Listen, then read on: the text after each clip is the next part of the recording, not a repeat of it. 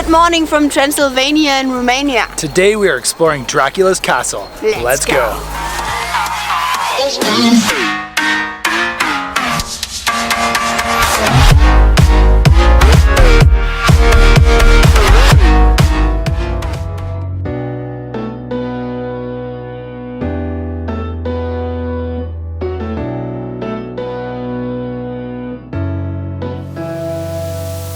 We are about to enter the Bran castle. It's just behind you right now, and tell you a little bit of the interesting history of Count Dracula and this place and the whole story behind that myth. However, before we do that, I want to apologize for the lack of the vlogs lately. I've been in Romania for about a week and haven't really shared much of where we are because I've been focusing so much on building snellmedia.com. I've sort of refurbished my whole website and it is looking a lot different than it did just like 10 days ago. So if you haven't seen my website, go and check that out. I would like to get your constructive criticism or feedback. You can bash it to shreds, rip it apart, tell me what's working, what's not working. Throw that in the comments or send me an email or something because I need your feedback to make it better.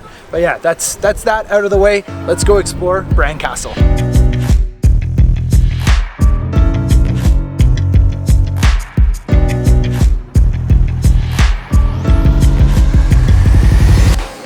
In the Bran Castle, I'm going to try and give you a little bit of history of this actual castle because the connection to Dracula is pretty thin. It's been more used as like a military strategic position for quite a long time. It sort of is right perfectly placed between Transylvania and Wallachia. Apologies if I'm pronouncing that wrong, but it was built in like the 14th century and it's been here ever since, used mostly as a strategic military position.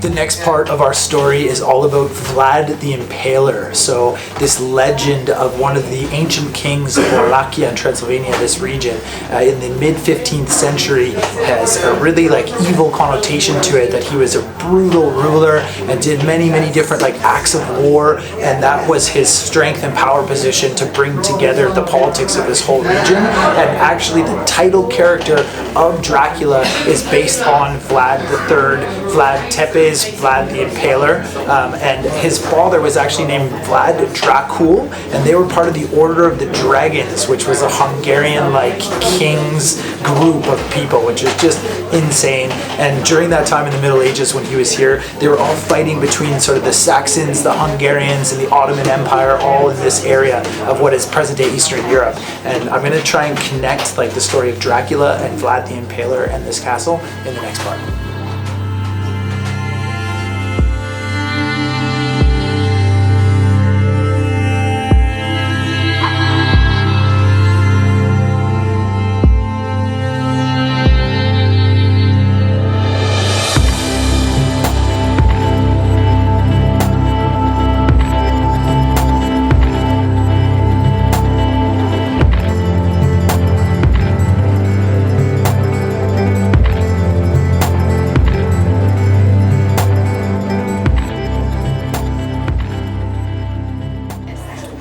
Vlad the Impaler was already famous in sort of Middle Ages Europe for being really quite a brutal ruler, and that history and that myth was then immortalized by Bram Stoker in his 1897 novel titled Dracula. So the whole character of Dracula and the vampire is based off of Vlad Dracula's son, Vlad III, who was known as this brutal tyrant in Europe, right? So the whole idea of Bran Castle, based in Transylvania, actually doesn't really have a connection to Vlad the Impaler, even though he would have been the ruler in that mid 15th century during the time when this castle did exist.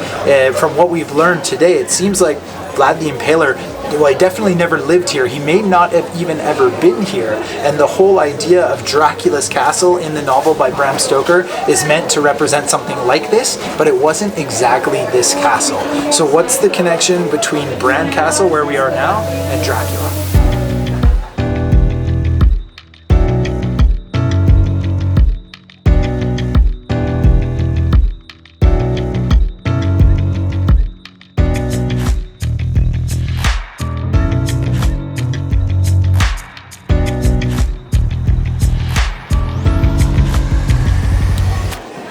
And finally, what is the connection between Bran Castle and Dracula? You might not know this, and it was news to me, but in the 1970s, the communist government of Romania at the time wanted to try and attract tourism from the West, and they wanted to capitalize on the whole story of Dracula and of Transylvania because the character that Bram Stoker picked was originally from here. So the idea was to find a castle in the area that was sort of harrowing and like, I don't know, dark and dreary and kind of haunted looking, and the Bran Castle fits all of that. It looks like an absolute fairy tale castle, and it also, funny enough, doesn't really represent the castle that was described in Bram Stoker's novel. So it's a good example of tourism marketing working, really, like taking something that doesn't have that strong of a connection to a character and just saying, this was Dracula's castle, and the whole world goes, oh yeah, this must have been Dracula's castle, and they all start visiting from all over the place,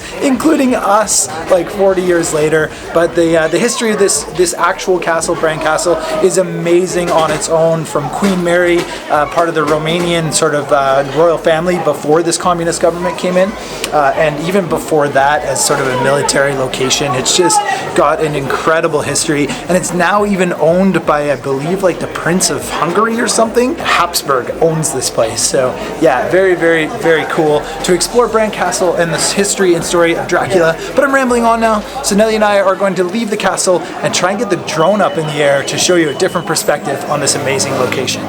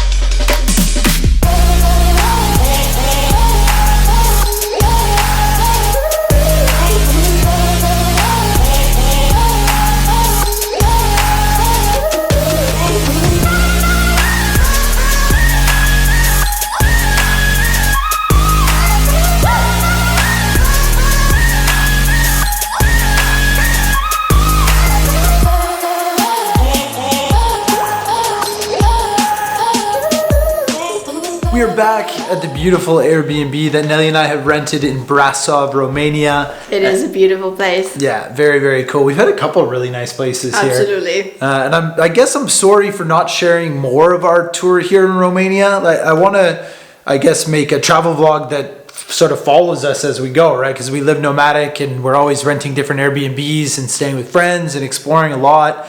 But with this like trip to Romania, it's been about a week now. We've stayed in Bucharest where, with our friends that run the hostel. That was the part of last video, and CBU. And I really didn't film any of CBU except for the stuff that's going to be on your channel. Yeah, but you helped me film too, which was a huge help. And if you want to check that out, you can on my channel. Awesome. So yeah, subscribe to Nelly if you're not subscribed.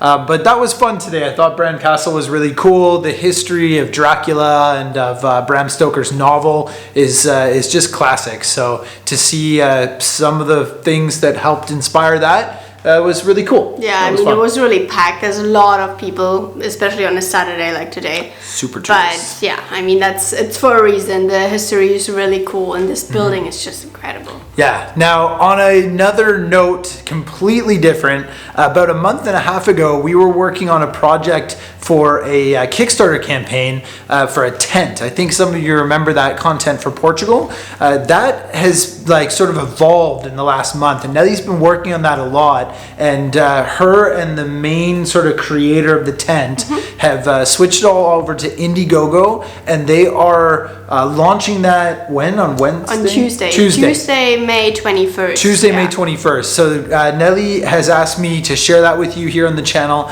and I thought, of course, absolutely, because we made that video about a month and a half ago, and it was really cool. It was a lot of fun. Yeah, and I think some of you were interested. You commented that you were interested in knowing when this tent would be launched on Kickstarter, which is now Indiegogo.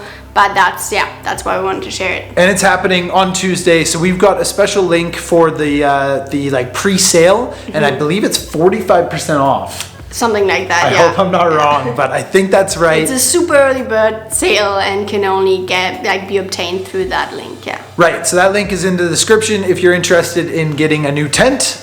Very, very cool piece of kit. So yeah, or shout out just to that. On back an awesome project too. Indeed. So that's the end of this video. As always, thank you so much for watching. I hope that you stay tuned for the next one. We are going to go back to work in Germany. That's right. A couple back-to-back jobs, so I'll share more of the business side of how we make money in this industry. So yeah, that's that. Thanks for watching again. I hope you like this video. I will exactly. see you on the next one. Bye.